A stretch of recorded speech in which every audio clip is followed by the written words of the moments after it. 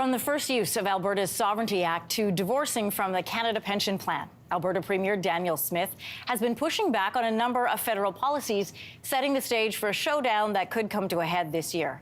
Joining us this morning from Brooks, Alberta, with a look at the year ahead is Premier Smith. Welcome to your morning. And I should let you know, I grew up in Brooks, Alberta, lived on Castles Road, graduated from Brooks Central Elementary. So great to talk to you from there. Nice to talk to you as well. Go Bandits! I want to start with climate change right away. So given that you've instructed Alberta not to work with Ottawa on clean energy, how do you plan to deal with the risks that people, specifically in Alberta, are facing from climate change? Well, I would say that we are leaders in dealing with the issue of green energy. We have more investment in renewables in our province than anywhere else, and that'll continue once we establish some guardrails to make sure that it's being built in the right places, not eating up farmland, has a solid reclamation plan, and also that we're affirming grid stability. We're in a great place next year with 2,700 megawatts of new natural gas power coming onto the grid, which will bring prices down. But we know that we are going to continue to grow as a province. We're going to continue to have electricity needs, so we have to bring on a responsible amount of wind and solar at the same time as ensuring that we've got baseload natural gas. Our dispute with the federal government is that they are asking us to have a net zero power grid within 12 short years. And that will not only stymie our growth, but it's unachievable. We simply do not have the ability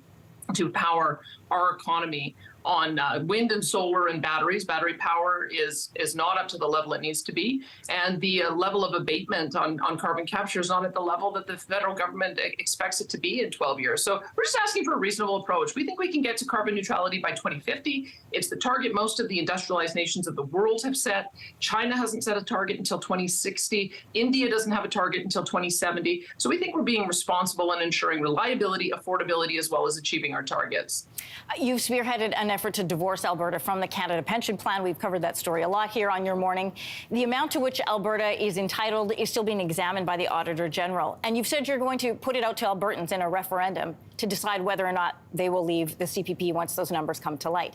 But given Alberta attracts workers from all over Canada and the portability of CPP is important for them and their employers, separating Alberta could have a significant impact for them. So much so that the Finance Minister, Chrystia Freeland, told the provinces in November withdrawing from the CPC would require your province to negotiate reciprocal agreements with every province and other countries to make sure that Alberta workers ensure their stability. So have you started that process?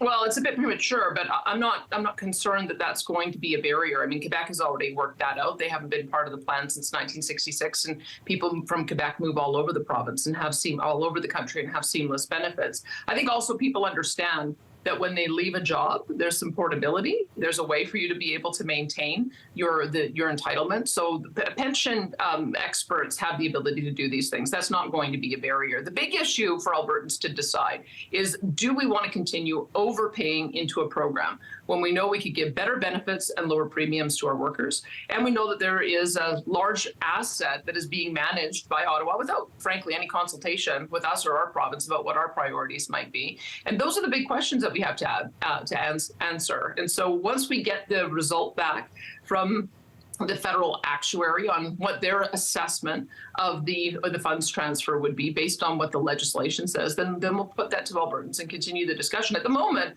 I haven't been given an indication that Albertans want a referendum yet. They want more information. And so we're going to give them more information, and then we'll have more to say once we know those numbers. If the numbers come in under the amount that was initially floated, sort of this 335, if it comes in less, will you still put it forward as a referendum, or will it just die on the table?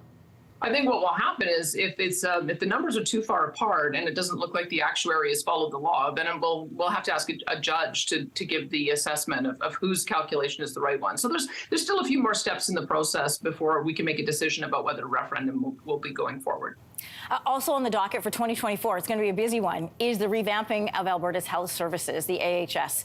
You know, like most provinces in this country, you're facing doctor shortage, nurses burnout, paramedic turnover. Those are dominant storylines, but also ERs are becoming a catch-all for healthcare. Your plan is to split the service into 4 agencies: primary care, acute care, continuing care, and mental health and addiction. And some in the healthcare field in Alberta feel that splitting them is going to create more problems than they're experiencing now by lack of contact between these different agencies. How does splitting it help when it took 15 years to centralize it? Well, I think it's because of an issue of focus. Alberta Health Services should be focused on acute care. And because they're essentially our main acute care provider, all roads lead to an emergency room. So if you don't have a family doctor, you go to an emergency room. If you are awaiting placement in long-term care, you're waiting in a hospital. If you have a mental health issue, emergency room. If you have an addiction issue or homelessness, you go to an emergency room. We can't keep doing this. We have to have other ways of being able to treat patients. So our reforms start with the idea that every person in the province should have access to a family practitioner, whether that's a doctor or a nurse practitioner.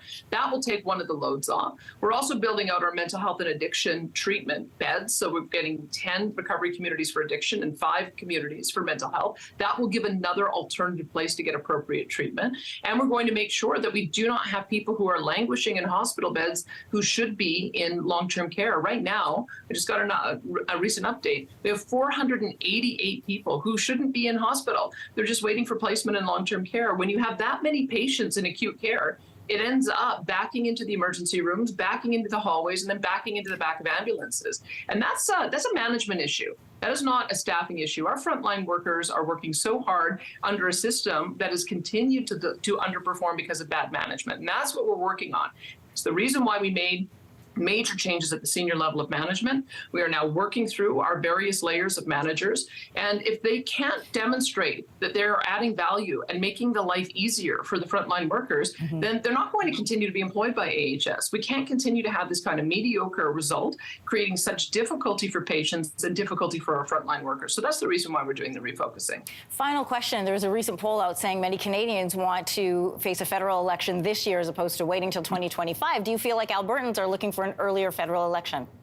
I think we would be looking for an immediate change in the Environment Minister, Stephen Guilbeault. I have a couple of good relationships with some federal ministers who I think are real champions of our province. Like Chrystia Freeland, for instance, she worked with us on carbon capture, utilization, and storage. Philippe Francois Champagne has been very helpful on getting a couple of major projects to the finish line, like Dow Chemical, de Havilland, and the Air Products hydrogen. So I would say that there are some ministers that we can work with, but we can't work with Stephen Guilbeault, and that's the real problem. Is we've got an environment minister who's acting completely outside, I think, of the Constitution. He's acting illegally. He has defiance and disrespect for the provinces, and he's creating an unaffordable life for everyday Albertans and everyday Canadians. So they can start there, and then we'll see when we go to an election. Premier Smith, great to talk to you today. We've been wanting to talk to you here at Your Morning since you became Premier, so good to talk to you in the beginning of 2024. You bet. We'll talk to you again. Thanks, Anne-Marie. Hey, thanks for watching. If you liked this, be sure to subscribe here, or you can check out more Your Morning videos right here.